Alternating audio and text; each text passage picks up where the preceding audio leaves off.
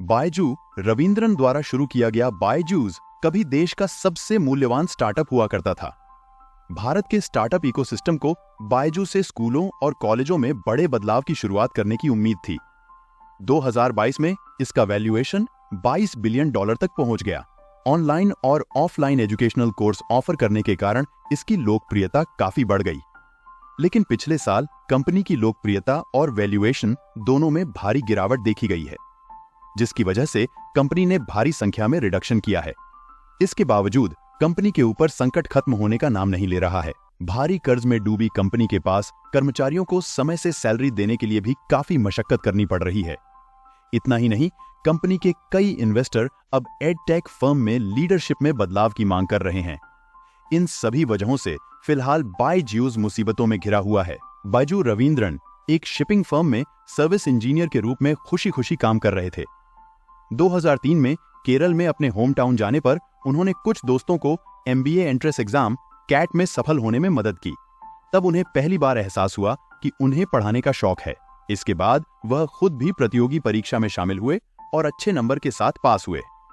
हालांकि उन्होंने MBA के लिए सभी जॉब ऑफर को रिजेक्ट कर दिया और वापस आकर अपनी नौकरी करने लगे। लेकिन 2 साल बाद फिर से उन्होंने एंट्रेंस एग्जाम दिया और इस बार 100% स्कोर हासिल किए। इसके चलते कई लोग एंट्रेंस एग्जाम पास करने में मदद के लिए उनके पास आने लगे। उनके टीचिंग स्किल की डिमांड तेजी से बढ़ी, जिसके कारण 2006 में कैट एग्जाम के लिए बायजूस क्लासेस की शुरुआत की गई।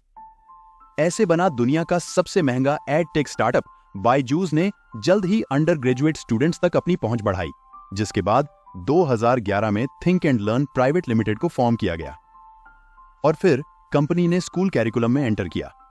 इसके बाद इसने चैप्टर्स को इंटरैक्टिव वीडियो में बदल दिया और स्टूडेंट्स को फंडामेंटल कॉन्सेप्ट को समझाने के लिए रियल लाइफ के उदाहरणों का उपयोग करना शुरू कर दिया। 2012 में कंपनी ने बायजूस लर्निंग ऐप लॉन्च किया, जो किंडरगार्टन से लेकर 12वीं क्लास तक के स्टूडेंट्स को एजुकेशनल सर्विस प्रोवाइड करता था।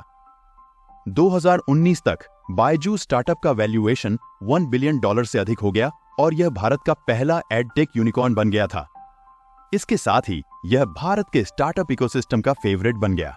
इंटरैक्टिव वीडियो और टेक्नोलॉजी के उपयोग के साथ साथ शाहरुख खान और विराट कोहली जैसे सेलिब्रिटी के एंडोर्समेंट ने बायजू के वैल्यूएशन को $22 बिलियन तक पहुंचा दिया, जिससे यह दुनिया का सबसे महंगा एडटेक स्टार्टअप बन गया। इस तरह बुलंदियों से फर्श पर पहुंची कंपनी बायजूस के तेजी से बढ़ने के बाद कंपनी के वैल्यू में जोरदार गिरावट आई। कोविड महामारी के दौरान तेजी से विस्तार के बाद बायजूस कैश फ्लो की समस्याओं से जूझ रहा है और $1 अरब के लोन को लेकर लैंडर्स के साथ विवाद में उलझा हुआ है। तेजी से अधिक कस्टमर हासिल करने के लिए कंपनी के विस्तार के कारण टॉक्सिक वर्क कल्चर और कर्मचारियों से अधिक दबाव के आरोप भी लगे। जून 2023 में टेक इन्वेस्टर प्रोसेस ने बायजू के वैल्यूएशन में 75% की कटौती की, जिसके बाद कंपनी पर रिडक्शन और फाइनेंशियल मिसमैनेजमेंट के आरोप लगे। बायजूस की मूल company think and learn private limited को कर्मचारियों को PF का पैसा नहीं देने के लिए जांच का सामना करना पड़ा और एड्स का पेमेंट न करने के कारण गूगल और फेसबुक द्वारा भी सस्पेंड कर दिया गया। जब कोविड महामारी आई तो बायजूस को ऑनलाइन प्रमोशन करने का मौका मिला और वह मार्केटिंग में लग गए। मार्च 2020 से अक्टूबर 2020 के बीच कंपनी के बिजनेस में तेजी आई। इसने न केवल भारत में बल्कि अमेरिका में भी कई एडटेक स्टार्टअप का एक्विजिशन किया। इसके जरिए बायजू ने तेजी से विस्तार करने की कोशिश की।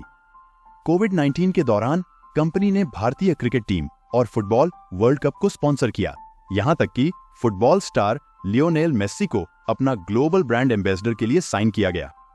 लेकिन कोरोना के बाद क्लासेस फिर से शुरू होने के चलते कंपनी की ग्रोथ धीमी पड़ गई। इसके साथ ही महीनों से चल रहे कानूनी विवाद के कारण कंपनी की चुनौतियां बढ़ गई हैं, जो आगे भी बढ़ने के संकेत दे रही हैं।